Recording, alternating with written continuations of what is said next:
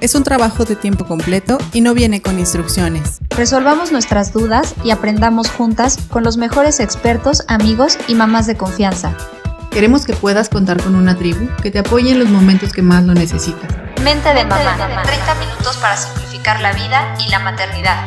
Con Vanessa Monjaras y Elisa Pearl. Conócenos mejor en www.mentedemamá.com.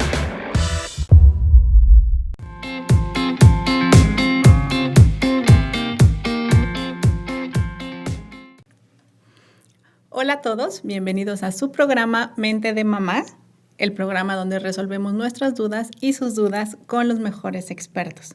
Yo soy Vanessa Monjaras y les recuerdo que nos sigan en redes sociales. Hola a todos, yo soy Elisa Pearl y el día de hoy tenemos un invitado de lujo. Estoy entre emocionada y nerviosa de tenerlo aquí.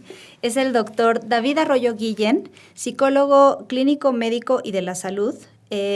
Psicología hospitalaria, neurociencias clínicas, bioética médica, certificado como especialista e instructor en psicofisiología aplicada por la BCIA y BFE e instructor en jefe de programas en español de la BFE.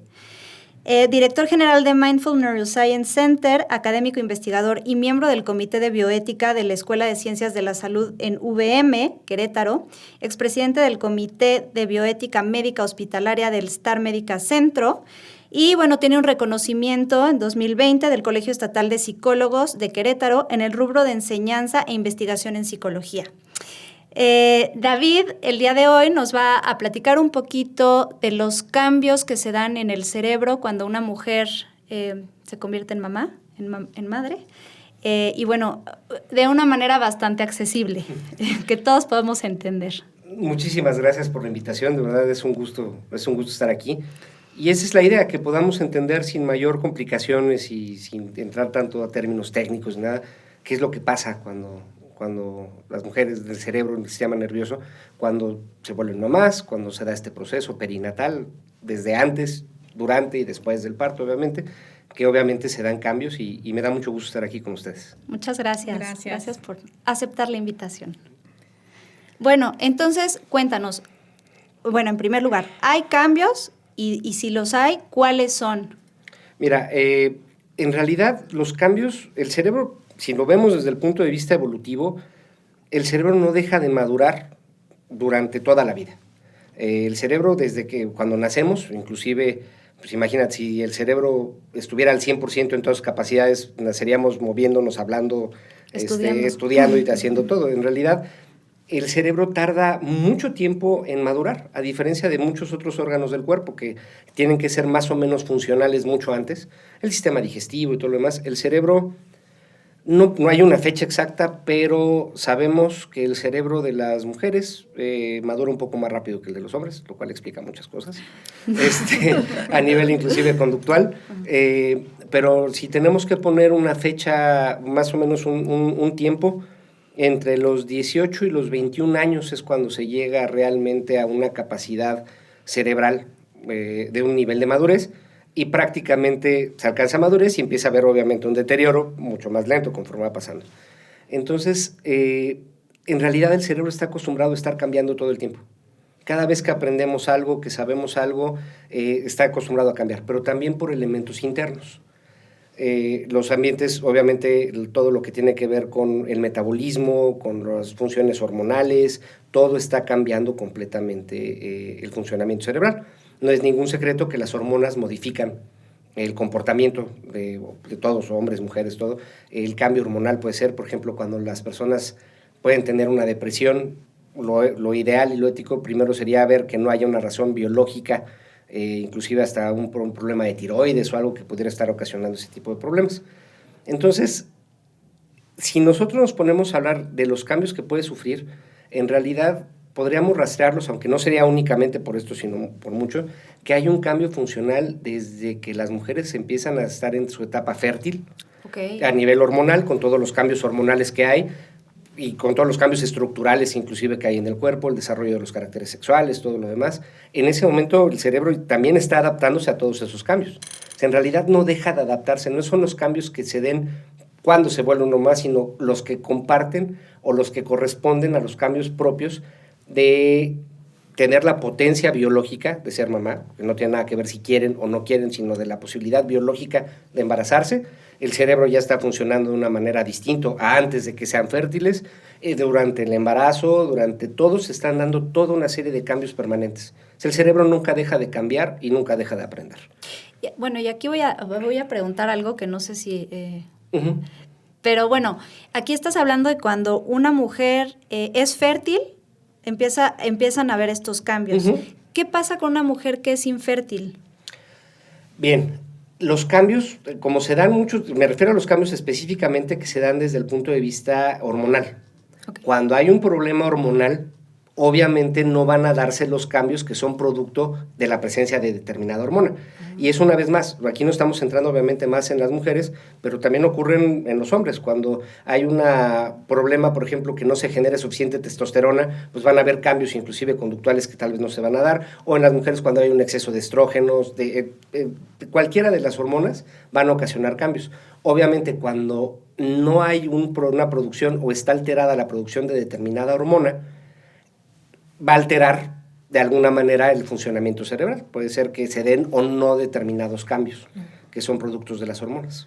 Oye, David, pero entonces, yo sí sentí un cambio desde que nació mi bebé. Uh-huh. Así de, no sé Todo. cómo me llamo. Sí, todo se me olvida. No sé en qué día vivo. En el trabajo no me puedo concentrar, pero, por ejemplo, si mi bebé está en peligro o algo se le atoró en la garganta, reacciono como nunca. Ah, claro. Bueno, Entonces, ahí tenemos que también entender que no todos son, al nivel celular todos los cambios que tenemos son biológicos. Pero también existe una cosa que el cerebro tiene una capacidad de aprendizaje impresionante. Es más, todavía no podemos replicarlo con ninguna computadora, ninguna inteligencia artificial ni nada. Pero no quiere decir que sus recursos no sean limitados. Uh-huh. Yo no podría ponerle atención a todas las cosas a mi alrededor, al mismo nivel de atención, no podría ponérselos todo el tiempo.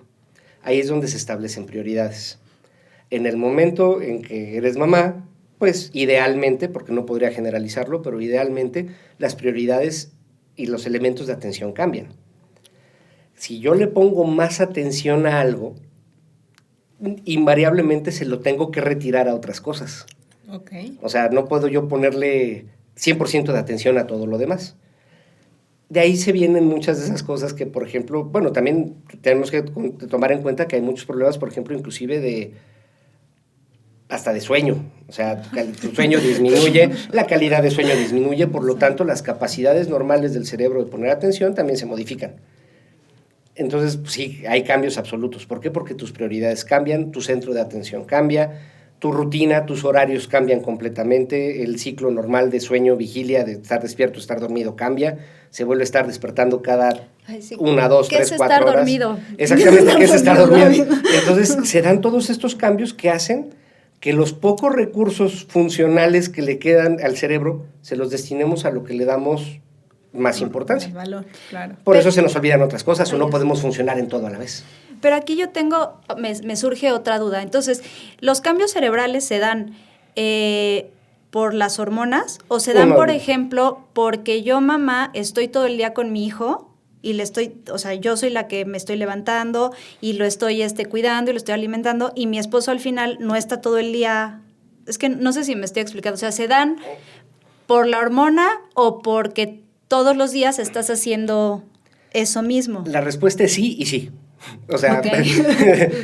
Por las dos cosas. Uno, tiene que haber una parte, obviamente, como dijimos, toda la parte biológica, hormonal, pero por otro lado tenemos el otro fenómeno que se llama plasticidad cerebral, que es el que nos permite, bueno, no por otro lado, porque en el fondo forman parte de lo mismo, pero para explicarlo vamos a suponer que fueran dos.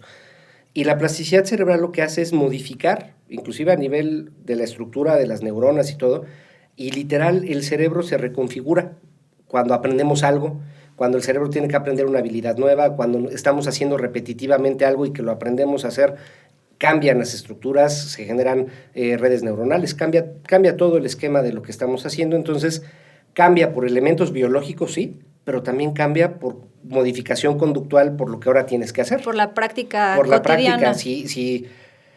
También hay uno de los neuromitos, porque dicen 28 días para generar un hábito nuevo, ¿no? Digo, sí se genera, pero así como que en el 27 no lo tienes y en el 28 ya lo tienes, pues no siempre está tan preciso, ¿no? Aproximadamente tarda ese tiempo, un mes vamos a ponerlo. Si tú estás un mes con un cambio de rutina, eventualmente vas a adoptar esa rutina. El hecho de adoptar una rutina nueva modifica también la estructura cerebral, hay cambios cerebrales, ¿no? Tanto que por eso nos cuesta mucho trabajo regresar a una rutina anterior, o que nos estén cambiando la rutina constantemente, que eso también pasa cuando eres mamá. Sí. O sea, bueno fuera que la rutina, ay, mira, el primer mes ya tengo esa rutina, no, porque en un mes el bebé ya cambió, sí, y sus necesidades cambian, sus horarios cambian, sus esquemas de necesidades son completamente diferentes, entonces ya te adaptaste a una rutina y tu cerebro tiene que inmediatamente estarse adaptando. Y tu bebé te dice no. Entonces, en ese momento tu cerebro en realidad no deja de cambiar. Se adapta, se está adaptando a las nuevas necesidades y a desarrollar nuevas formas de responder a esas necesidades. Lo que decías hace rato, no es lo mismo ver que tu bebé se está ahogando cuando tiene 6 meses a que tu niño de 10 años se esté ahogando. Los dos son emergencias, pero lo que puedes hacer cuando tiene 6 meses es muy diferente a lo que puedes pedir que haga cuando tiene 10 años o 18 o 40, ¿no? Porque también hay hijos de 40 años. Sí, claro. Un saludo a mi mamá, que para ella no soy el doctor Arroyo, soy viejito y eso no va a cambiar nunca. Nada más el niño se vuelve más grande, pero no deja de ser... El niño se vuelve más complicado. El niño se vuelve más complicado, pero no deja de ser el niño, ¿no? Entonces, el cerebro tiene que adaptarse constantemente.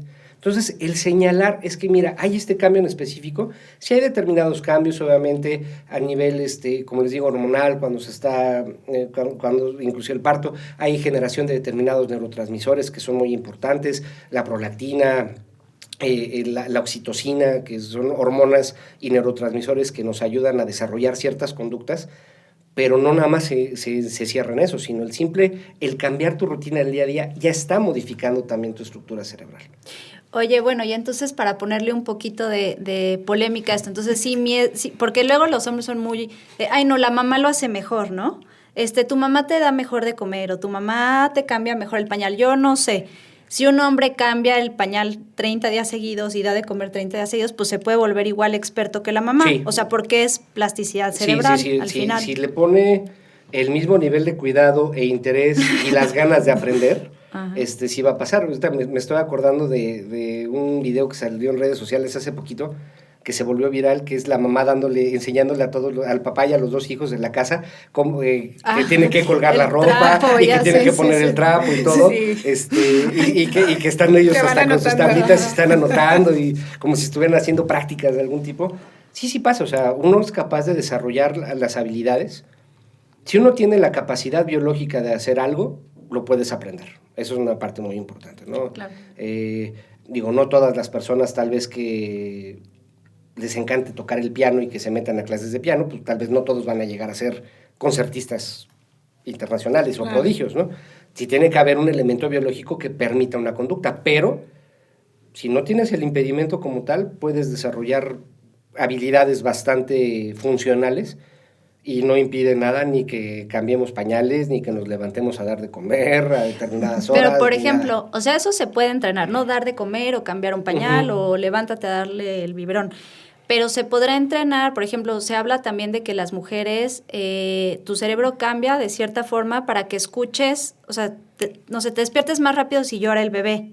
Y hay esposos que es así como de, ay, dormimos perfecto, ¿verdad? Ahora el bebé no se despertó y tú así se despertó 10 veces. Entonces eso... Hay estudios que no dejan de tener cierta polémica, que algunos dicen que son ciertos, otros que no. Ahí muchas veces varían mucho las diferencias individuales de cada persona, pero hay bastantes indicativos que la forma en que el cerebro de las mujeres y de los hombres procesamos la información sensorial es diferente. No quiere decir que unos la procesemos y otros no. La forma de integrarlo y de volvernos parte de esos elementos sensoriales sí cambia. Hay muchos estudios que pueden decir que, por ejemplo, una mujer que está dormida y escucha un sonido más agudo es más rápido que se despierte a que si oyera un sonido grave. Y muchos lo relacionan con el hecho de que el llanto de los bebés es un tono más agudo. Entonces, eso quiere decir que es un sistema biológico de emergencia. Y además, independientemente de los estudios de laboratorio, pues muchas veces pasa, ¿no? puede estar dormido y el bebé llora, y nosotros podemos estar perfectamente roncando y no nos movemos, y de inmediato puede haber una respuesta de la otra parte, ¿no? Entonces no se los tomamos a mal. O sea, eso sí, no Es se puede biológico. entrenar, es biológico. Te voy a decir una cosa, podemos decir que hay una diferencia biológica, pero tampoco se vale usarla como pretexto para evitar responsabilidades. Perfecto. Claro. Es muy fácil de echarle la culpa a los elementos biológicos para rehusar responsabilidades. Tal vez no nos despertemos, vamos a poner un término medio y tal vez lo estoy estirando mucho el ejemplo a punto de romperse, pero vamos a suponer que sí, en efecto, es más difícil que nosotros nos despertemos por un sonido agudo. Pero si se despierta la mamá y la mamá tiene una hora de haberse dormido y está completamente cansada, perfectamente puede voltearse y despertar Y golpear despertarnos al a esposo. nosotros y decir, Sí. despiértate, Te toca. y te toca. Sí. Entonces, el argumentar cosas biológicas para rehusar responsabilidades, pues, es un truco muy científico, muy pero viejo. muy barato y muy viejo, ¿no? No se vale. Sí. ¿Y qué Totalmente. otros cambios hay? Porque muchas personas hacen burla, por ejemplo. Ay, ya andas en tus días.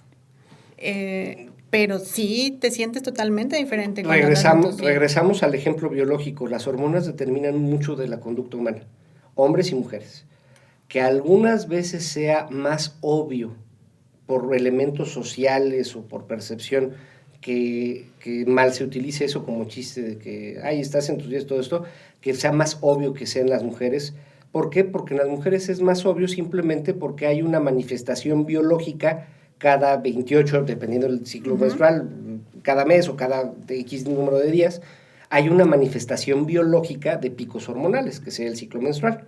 Tal vez en los hombres no se nos nota, Pero también, pero también ciclos. tenemos ciclos de picos, nada más que como no se manifiesta y no tenemos toda una industria de productos que va detrás, no es tan obvio y es mucho más fácil pues señalar lo que es más aparente, ¿no?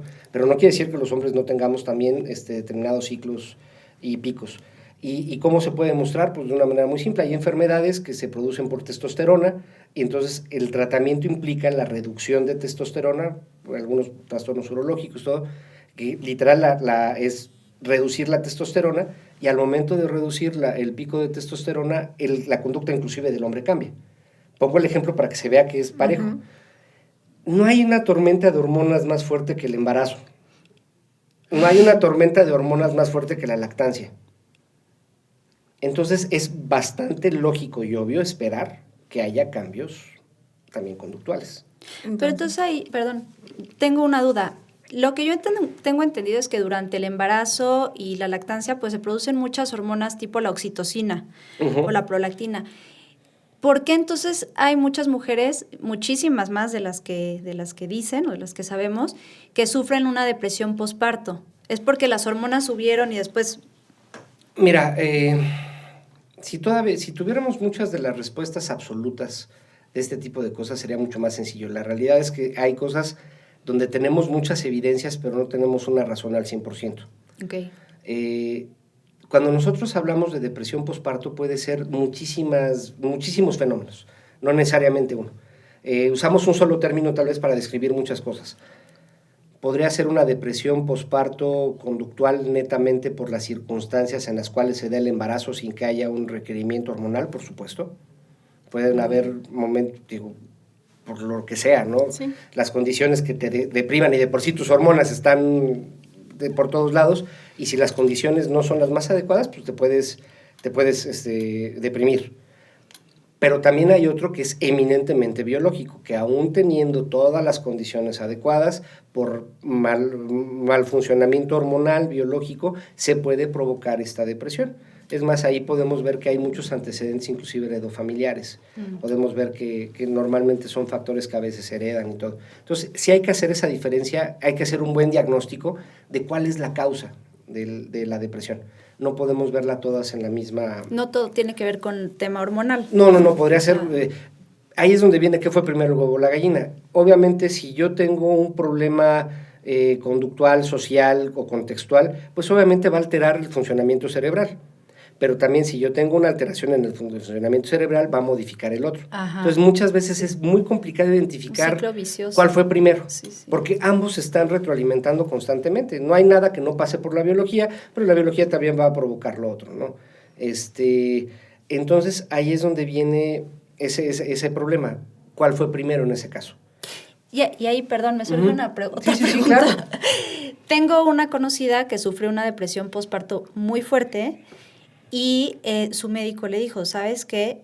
Ya te tienes que tomar este medicamento y pues con este medicamento vas a tener que dejar de lactar. Y para ella, pues lactar era muy importante, ¿no? Más para, de pronto si tomaste un curso de psicoprofiláctico donde te dicen, pues la lactancia es la quinta maravilla y tal. Entonces le agobiaba mucho y el médico le dijo, mira, tu bebé necesita una mamá bien más que lactar. Entonces tú ahí, ¿qué recomendarías? Mira, yo ahí lo que recomendaría sería que definitivamente cuando son elementos de lactancia, recurrir a un verdadero experto de lactancia, y aquí lo aclaro, no por ser ginecólogos son expertos en lactancia, Sí, no por ser pediatras son expertos de lactancia, sino de estas especialidades todavía hacen una más alta, que son específicas de lactancia, lo que hoy en día son los consultores de lactancia, la BCI, ahorita se me olvidaron las siglas, ahorita lo busco, que son personas que con toda la base científica son médicos, son especialistas, pero que hicieron una especialidad en lactancia y están tirando muchos mitos alrededor, muchos medicamentos que antes decían no se le puede dar, hoy en día se sabe que sí son seguros para darse lactando, obviamente hay otros que no. Entonces yo más bien recurriría a un especialista de este tipo para saber si el tratamiento es adecuado o altera los elementos de lactancia, los hace seguros o no seguros. En caso de que no sea seguro, hoy en día ya tenemos muchas opciones para manejar ese tipo de problemas, que implica la modificación o el reentrenamiento de actividades y de funciones cerebrales sin que haya intermediario de medicamento, lo que comercialmente se llama neurofeedback o biofeedback, o científicamente psicofisiología aplicada, que nos permite modificar, y es el tratamiento de elección para este tipo de cosas, inclusive en otros países, en Estados Unidos, la FDA, todos los tiene aprobado. Cuando no es posible dar medicamentos, se puede usar este tipo de tratamientos que van a alterar positivamente el funcionamiento cerebral, reduciendo los elementos como de depresión, sin que haya un medicamento de por medio. Inclusive, no nada más en embarazo o en lactancia. Muchos de los tratamientos en Estados Unidos para muchas otras cosas, ya se le está dando prioridad a los tratamientos que den muy buenos resultados basados en evidencia científica, pero que sean lo menos invasivos posible. Entonces, ya hoy en día tenemos muchas más opciones de manejo. Y no nada más en la lactancia, durante el embarazo también hay muchos medicamentos que no son susceptibles de tomarse. Muchos, por ejemplo, antipilépticos, antidepresivos que durante el embarazo no se pueden dar porque traspasa la barrera placentaria, todo este tipo de circunstancias. Hoy en día la ventaja es que tenemos ya muchos tratamientos que pueden ser menos invasivos, menos agresivos para la mamá y para el bebé, y que nos permiten corregir muchas cosas. Entonces, yo creo que ahí más bien es buscar asesorarse que otra forma. Definitivamente no es algo que se deba de tolerar ni aguantar, una depresión posparto o una depresión perinatal, porque no nada más se da en el posparto, puede ser desde antes. Y no confundirlo con lo que luego en inglés llaman el baby blues, que no es lo mismo que una depresión posparto, aunque muchas veces lo utilizan de manera similar, pero hay que identificar el origen, hay que entender muy bien cada depresión, en lugar de ponerla en ese paquete de todas las mamás cuando nacen se van a deprimir. Uno, no es cierto, y dos, no todas las que se deprimen por la misma causa. Okay, y el tratamiento va de acuerdo a la causa. Y eso permite tanto un mejor desarrollo del bebé y de la mamá. En lo que sí estoy completamente de acuerdo es que el bebé necesita una mamá funcional. Sí, totalmente. Ahí sí, por mucho que los papás podamos aprender funciones, creo que en el fondo no es, mamá es equivalente, claro. No es equivalente. No quiere decir que no podamos hacer un buen papel cuando no está la mamá o algo, claro, y hay ejemplos a través de toda la historia de papás que se echan el paquete completo, pero no deja de haber un cierto vínculo, inclusive a nivel bioquímico, simplemente por ser producto del mismo cuerpo o sea, vamos a decirlo así, de dónde salió, punto final. Sí, claro. Hay una serie de cambios como decíamos hace rato, bioquímicos conductuales, de apego, de afectos. Por ejemplo, lo que decían hace rato de la oxitocina justamente y la prolactina están muy relacionadas con ese apego. Y uno de los momentos donde hay una mayor bombazos de oxitocina es al momento del nacer, al momento del parto, aún siendo cesárea, al momento de que hay ese proceso de nacimiento y que la mamá tiene contacto con el bebé y todo, se dan muchos cambios a través de la oxitocina. El momento de la lactancia también son momentos de oxitocina, de máxima productividad de oxitocina, tanto en el bebé como en la mamá. Entonces, pues solo así, ¿no? Solo así tienes un parto. Solo así aguantas. Y solo así, digo, para mucha gente, en mi caso fue muy complicada la lactancia, entonces pues solamente con un nivel de oxitocina enorme dices, pues sí le sigo hasta que pueda. Esté sano el chamaco. Fíjate que es uno de los fenómenos más importantes y los más famosos, y vale la pena mencionarlo, es justamente ese que estás diciendo, al momento de nacer. Se dice que si las mujeres procesaran el dolor o la molestia de parto de la misma manera en que su cerebro procesaría cualquier otro dolor, o que los hombres procesaríamos cualquier otro dolor, la especie humana ya se hubiera extinguido porque nada más tendrían uno. Y el trauma del dolor o el recuerdo de ese dolor sería insoportable o intolerable para volver a tener otro. Entonces, que en ese momento el cerebro funciona de una manera completamente diferente, hasta cómo integra el recuerdo, cómo no guarda el recuerdo del dolor. Puedes acordarte que te dolió mucho, pero no puedes revivir ese dolor. Sí. Y que el producto de la oxitocina y de la prolactina y todo hace que se procese de tal manera que en lugar de que, a diferencia de que si yo agarro y me quemo con la estufa, difícilmente voy a volver a poner la mano en la estufa porque me dolió y me quemó y ya no la puedo poner ahí, que el proceso de la molestia perinatal, la molestia de parto y todo esto, no se procesa de la misma manera para que justamente Quieras tener más Bueno, bebés. Iván y yo los tuvimos a la antigua, sin anestesia. Sí, Duele horrible. No es molestia, no. No. Dolor terrible. No. Pero sí. Pero es verdad, yo ya no me acuerdo. Yo ya quiero otro. Ese es el punto. El cerebro tiene un mecanismo de supervivencia. Si yo agarro y me quemo con una vela y me duele, no nada más no voy a volver a poner la mano en la vela como para quemarme, sino también lo voy a generalizar y voy a entender que la vela y la estufa y el encendedor y la fogata, todo lo que implique fuego quema. Uh-huh. Y de esa manera nos protegemos para sobrevivir. O sea, tenemos un mecanismo de que si me duele y me lastima, no lo voy a volver a hacer, porque puedo poner en riesgo mi supervivencia, con la excepción Del parto. Wow. Con la excepción del parto, es el dolor, está catalogado uno de los dolores más intensos en las escalas de dolor, junto con el parto, la neuralgia del trigémino, los dolores, el cólico renal, o sea, los cálculos renales igual, están en la misma categoría todos. Y a la única que yo he escuchado que quiere tener que quiere volverlo a sentir es una mamá que quiere volver a pasar por lo mismo para tener otro bebé. No conozco a nadie que diga quiero volver a tener otro cálculo renal, o quiero volver a tener un cólico renal, quiero volver a tener tal dolor, o una fractura, quiero volverme a fracturar. No. La única excepción a esa regla, y que es producto biológico y que nos permite no habernos extinguido desde un principio, es justamente el parto. Entonces sí es otro ejemplo de cómo cambia el funcionamiento cerebral de acuerdo a determinadas cosas. Entonces somos hormonas, básicamente. Gracias a las hormonas nos desarrollamos, gracias a las hormonas crecemos, gracias a las hormonas inclusive la hipófisis en el cerebro, todo. Es la forma bioquímica de comunicarse y que el cuerpo le diga a qué otras áreas del cuerpo qué hacer. En grandes rasgos, o sea, la tiroides, el cerebro, en la hipófisis nos permite crecer, o sea, cuando hay un problema hormonal en la hipófisis es cuando no nos desarrollamos. Uh-huh. Y aquí también tenemos otro problema. Al no desarrollarnos, pues, tampoco generamos los caracteres sexuales que eventualmente nos van a permitir reproducirnos. Uh-huh. Y por eso les digo, en realidad el cambio no es que cambie ahorita, sino todo el tiempo el cuerpo está preparado, se está preparando. Una de las razones biológicas, de las mayores motivaciones biológicas de cualquier especie es la reproducción.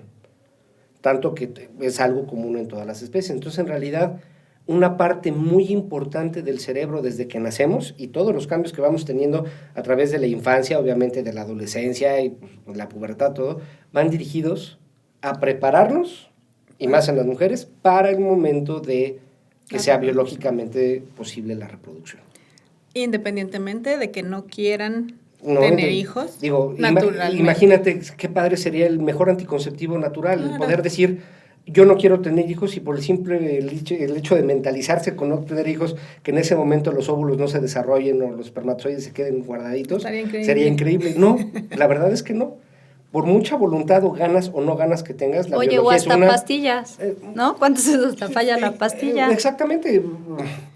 Me ha tocado ver personas que nacen después de una vasectomía, y si era del papá, si era el papá, después se comprobó, porque a veces todo procedimiento falla, no existe uno que sea al 100% eficaz, porque pueden haber cambios hormonales, hasta el mismo estrés modifica la actividad hormonal. O sea, el estrés puede retrasar un ciclo menstrual, puede evitar la ovulación, puede acelerarlo. Puede evitar que te embaraces. Puede evitar que te embaraces o puede afectar el nacimiento como tal. El exceso de cortisol, extremadamente el estrés, puede generar cambios bioquímicos que pueden hacer que no se logre un embarazo, ¿no? Claro. Entonces, la verdad es que estamos apenas aprendiendo todas las variables. A veces pareciera que es mucho y luego preguntas como las que están haciendo ahorita, la respuesta es sí, sí, sí, sí. ¿Pero cuáles? Todas. O sea, ¿qué tiene que ver con esto? Todo. Y a veces hasta factores o variables que no sabes que juegan, a lo mejor tienen un papel muy importante en todo esto. Por eso, la maternidad, ni siquiera a nivel biológico ni a nivel conductual, no es en serie. No es igual para todas.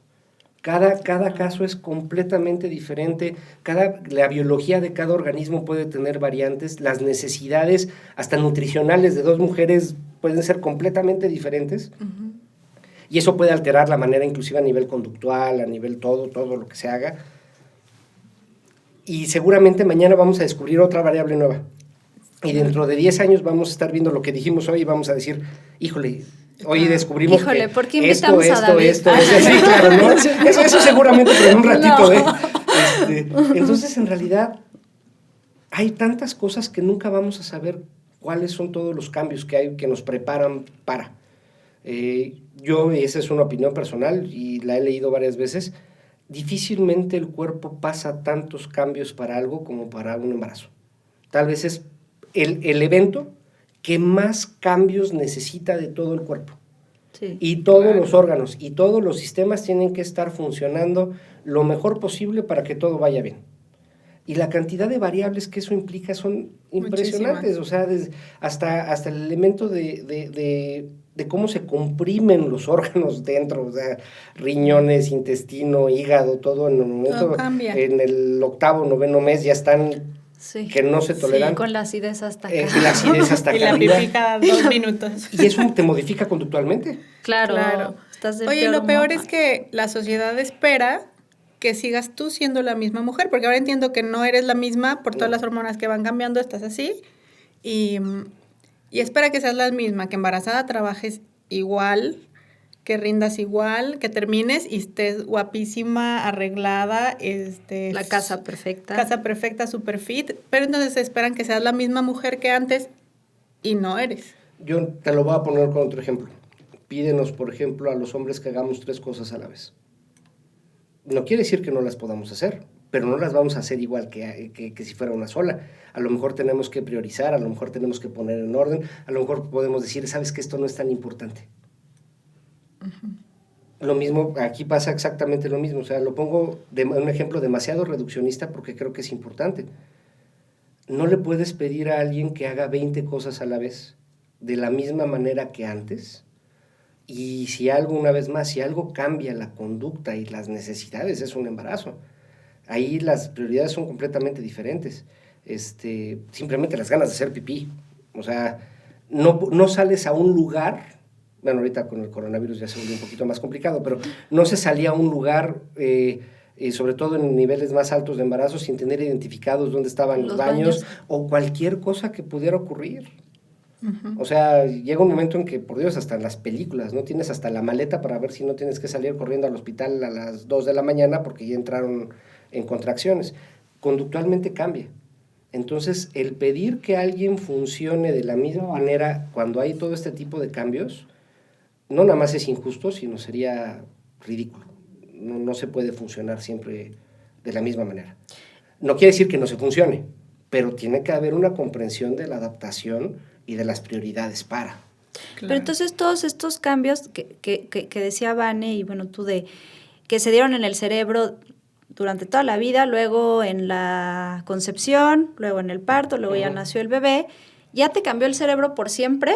¿O va a regresar en algún momento a...? Muy buena pregunta. En realidad, cualquier cambio que implica que el cerebro no regresa a ser el anterior. Ok. Cualquier cambio, no digamos nada más la maternidad, el que sea. Es más, tu cerebro hoy es muy diferente a tu cerebro ayer y no digamos hace un mes. El cerebro está constantemente cambiando y se va adaptando a las nuevas necesidades. Una vez más, tal vez cuando tienes 16, 17 años no te preocupa que no haya regresado tu hijo de 18 a tu casa o porque esté de fiesta. Y eso ya te modificó el ciclo de sueño, tus prioridades cambiaron. Entonces, no regresa. No regresa. Constantemente se sigue adaptando a las nuevas necesidades. Sí, más bien nunca es el mismo. Nunca es el mismo, ¿no? El cerebro nunca va a ser igual. El nivel de cambio cerebral absoluto, digo, a grandes rasgos, sí tenemos identificados las funciones del lóbulo prefrontal, que son las que coordinan todas las demás, las del occipital. O sea, podemos determinar cuando un funcionamiento cerebral está dentro o fuera de la normalidad funcional, pero no quiere decir que sea exactamente el mismo. Es más, cuando nosotros hacemos hasta mapeos cerebrales, para comparar uno y otro, procuramos, la norma o lo ideal es procurar que sea en la misma hora del día. Porque si yo le hago el estudio a alguien a las 6 de la mañana, a las 8 de la mañana, o se lo hago a las 10 de la noche, va a funcionar completamente diferente nada más por fatiga. Si ya comiste o no comiste, el cerebro funciona completamente diferente. ¿Qué comiste? ¿Tomaste cafeína? ¿No tomaste cafeína? ¿Cuánto azúcar tomaste? Si esos pequeñitos detalles modifican la actividad cerebral, ahora multiplícalo por todo lo que implica el proceso de ser mamá, ¿no? Se vuelve impresionante. Entonces, no va a ser el mismo. O sea, definitivamente los nuevos aprendizajes van a generar que nunca vaya a ser igual. Es más, las preocupaciones no van a ser las mismas. Una anécdota que cuenta mi papá, contaba mi papá y mi mamá, era que justamente cuando yo dejé de usar ya pañal, agarró y dije, no me acuerdo cuál de los dos dijo, ay, mira, ya nos libramos de los pañales, ya nos vamos a ahorrar lo de los pañales. Y que el otro volteó y le dijo, no, ahorrárselo de los pañales, viene ropa, colegiaturas, todo lo demás, o sea, ahorrarse no ¿qué? No nos asustes. Sí, estamos en los pañales todavía. Entonces, ese es un excelente ejemplo de cómo conductualmente no regresas a hacer lo anterior. Tus necesidades como papá van a seguirse modificando el resto de la vida, las necesidades que va a tener van a seguirse modificando, esto implica una modificación de la actividad cerebral, pero también la modificación en el cerebro del niño, que eso requeriría... que te invitemos otra vez. El cerebro del niño al momento de estar creciendo, pues obviamente tu cerebro va cambiando. Entonces en realidad van cambiando el cerebro del hijo o de los hijos y del papá, y de los papás van cambiando a la par.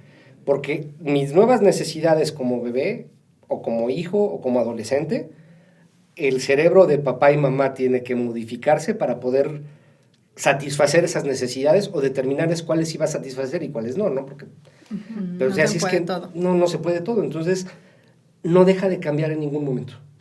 Lo que sí juega un papel primordial, como lo habíamos dicho en esto, es la parte bioquímica hormonal. Eso sí, si no tenemos la potencia biológica de que algo suceda, no va a suceder. Entonces, el cerebro tiene que estar, y todo el sistema nervioso, tiene que estar bioquímicamente y estructuralmente listo para enfrentar este tipo de cosas. Oye, entonces, David, ya para cerrar, ¿qué recomendación le puedes dar a las que están a punto de ser mamás o a punto de tener ya de que nazca su bebé? La recomendación principal, y esto me voy más a mi área como psicólogo clínico, nunca lo van a poder controlar todo. Es normal no poderlo controlar todo. Uno quisiera poder tener el control sobre todas las cosas. Se vale no controlarlo todo, y eso también va a bajar mucho los niveles de ansiedad y de estrés que modifican el funcionamiento cerebral en esos momentos. Se vale delegar responsabilidades. Se vale hacer equipo, y eso le permite a nuestro cerebro concentrarse en lo que realmente debe de concentrarse para hacerlo de la mejor manera.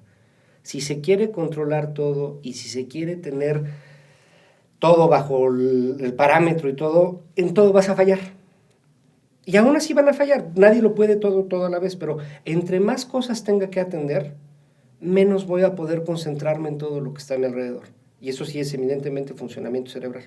Si yo aprendo a regular lo que es regulable, aprendo a determinar qué sí está bajo mi control y qué no, si aprendo a delegar y a hacer equipo, la carga se distribuye y nos permite que a un nivel biológico nuestro cerebro se dedique a hacer lo que tiene que hacer. Cuando el cerebro hace lo que tiene que hacer, lo hace muy bien. Cuando le cargamos de más, igual lo va a hacer, pero no va a hacerlo tan bien en todas las áreas. Aunque suene más conductual, pero todo tiene una referencia biológica. Y el otro, a nivel eminentemente biológico, si las mamás están planeando embarazarse o ya están en edad fértil, o si ya están en conductas que lleven una vida sexual activa o que no quieran embarazarse, pero lo conveniente es, si ya está en planes o ya está en posibilidades, por lo menos unos 3 meses antes o estar constantemente tomando una dosis recomendada por el médico de ácido fólico. Eso ayuda mucho en el desarrollo del bebé. No es tanto tomárselo el día que ya te enteraste que estás embarazada, sino desde antes. Uh-huh. Y de eso a nivel biológico va a ayudar mucho en el desarrollo del sistema nervioso. Pero a nivel mamás se van a equivocar. No lo van a poder todo. No se puede controlar todo.